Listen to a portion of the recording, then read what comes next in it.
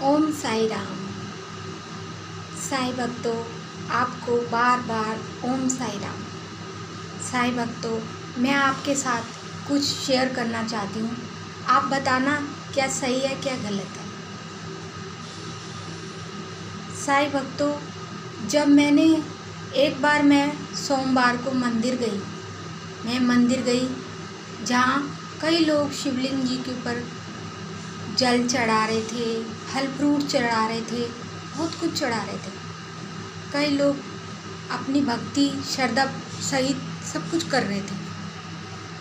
साई भक्तों, मैंने भी पूजा पाठ की, मैंने भी जल अर्पित किया। उसके बाद जब मैं बाहर आई तो मैंने क्या देखा, मैंने सोचा चलो गौ माता को गुड़ चना देती हूँ। तो जब मैं गुड़ चना देने के लिए बाहर आई तो मैंने क्या देखा, एक बच्चा खड़ा था, बड़ी उम्मीद लगा के खड़ा था कि कोई उसको कुछ दे। तो मेरे पास तो ज़्यादा कुछ था नहीं, क्योंकि मैं इतना कुछ नहीं ले जा पा रही थी, क्योंकि मेरे पास सिर्फ गुड़ चना था। मैंने उस बच्चे से पूछा, बेटा गुड़ चना लोगे? उसने बोला हाँ लूँगा। मैंने बोला लो बेटा, उसको दिया मैंने।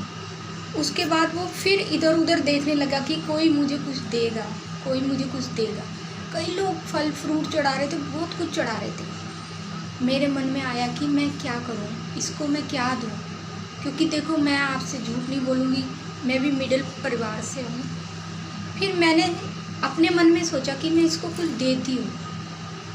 तो मैं दोबारा गई मंदिर में, मतलब मैं बाहर ही थी, मैं उसी टाइम दोबारा गई। मैं शिवलिंग के महादेव जी के वहाँ से एक केला उठा के लाई और उसको दे दिया मैंने। बहुत खुश हुआ, बहुत खुश हुआ, दौड़ता गया। फिर वो बड़ा ही पीछे मुड़ मुड़ के देख रहा था। मेरे मन में ये आया कि किस रूप में भगवान आ जाए, कोई पता नहीं, परीक्षा लेने के लिए।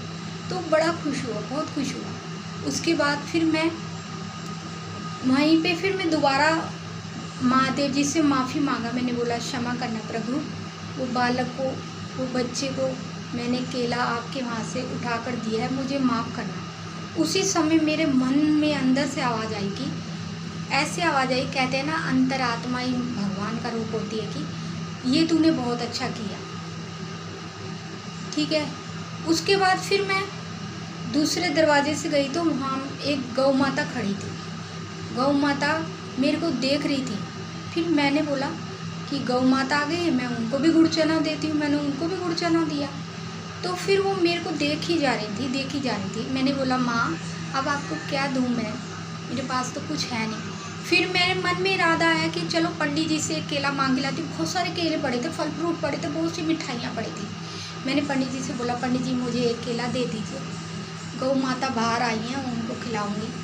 तो वो मतलब अजीब सा उन्होंने फेस बनाया कि दूँ कि ना दूँ, ऐसा करके बनाया उन्होंने। मैंने बोला एक दे दीजिए। तो उन्होंने बड़ी दिया, मतलब जैसे भी दिया। तो मैंने गौ माता को जब केला दिया ना, तो वो अपने मुंह से ऐसे करने लगी कि नहीं मुझे मत दे, तू खा ले। मैंने बोला गौ माता क्यों नहीं खा रही हो माँ? तो उन्होंने ऐसे करा कि तू खा ले। मैंने बोला इसका अर्थ ये है कि कई लोग कुछ भी चढ़ाते हैं, जैसे कुछ भी वो करते हैं, उससे तो भगवान प्रसन्न होते ही हैं। पर अगर रास्ते में आपको कोई गरीब बच्चा, गरीब आदमी दिख जाए तो उसको भी आप दे दोगे तो उससे और अधिक प्रसन्न हो जाएंगे भगवान। कई लोग सोना चांदी हीरे मोती चढ़ाते हैं भगवान को, भगवान उससे थोड़ी ना खुश होते हैं। भगवान तो खुश होते हैं श्रद्धा और सब्री से, और मन में किसके लिए प्रेम भाव से। दूर से भी आप एक फूल चढ़ा दोगे ना, हाथ भी जोड़ दोगे, उससे भी भगवान खुश हो जाते हैं। तो मेरा कहना इतना ही है कि आपके पास है तो आप चढ़ाओ। अगर आपको कोई रास्ते में कोई गरीब आदमी दिख जाता है, कोई गरीब बच्चा दिख जाता है, पैसे मत दो उसको कुछ ला कर दे दो, ताकि उसके होठों पे इतनी खुशी आ जाए कि भगवान भी दूर से बोले कि देखिए मेरे मंदिर आ रहा था और इसने इसको ये दे दिया। वहीं आपकी पूजा मान ली जाए। मेरा तो इतना ही कहना है।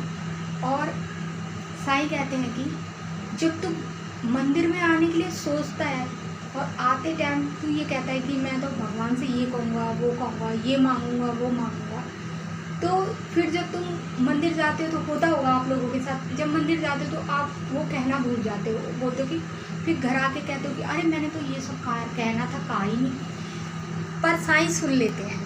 साईं कहते हैं कि क्या कहते हैं, फिर आप लोगों का काम बन जाता है, वो जिस मन में जो लेके गए थे वो बन जाता है आपका काम।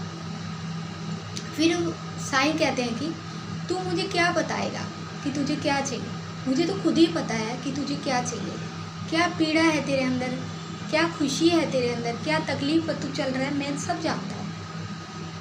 जब साईं भगवान जी के मंदिर की सीढ़ियाँ आप चढ़ते हो ना, तो वो आम सीढ़ियाँ नहीं होती, जिस प्रकार सीढ़ी की सीढ़ियाँ होती ना, सीढ़ी उसी प्रकार की वो सीढ़ियाँ होती हैं, तो वो सारे कष्ट हर देती हैं, तो फिर आपका काम बन जाता है। पर मेरी एक बात हमेशा याद रखना, कभी भी आपको मंदिर से आने से पहले, जब मंदिर आप चलना शुरू करते हो, तो आपको एक संकेत भगवान देते हैं। कोई न कोई गरीब आदमी आपके सामने आएगा ही, कोई बच्चा आएगा या कोई बुजुर्ग आएगा, तो उसको खुश कर देना। उसके बाद देखना लीला भगवान की, खुद ही वो आपका बेड़ा पार कर देंगे। ओम साई राम, जय साई राम। मेरी वीडियो कैसी लगी लाइक और शेयर कर दीजिए करो, कमेंट्स कर दीजिए करो कि आपको मेरी वीडियो कैसी लगी। और फिर मैं लाइव के साथ जितने भी मेरी घटना घटेगी मैं आप लोगों के साथ शेयर करूँगी। ओम साई राम, जय साई राम। कल गुरुवार है, मंदिर ज़रूर जाना।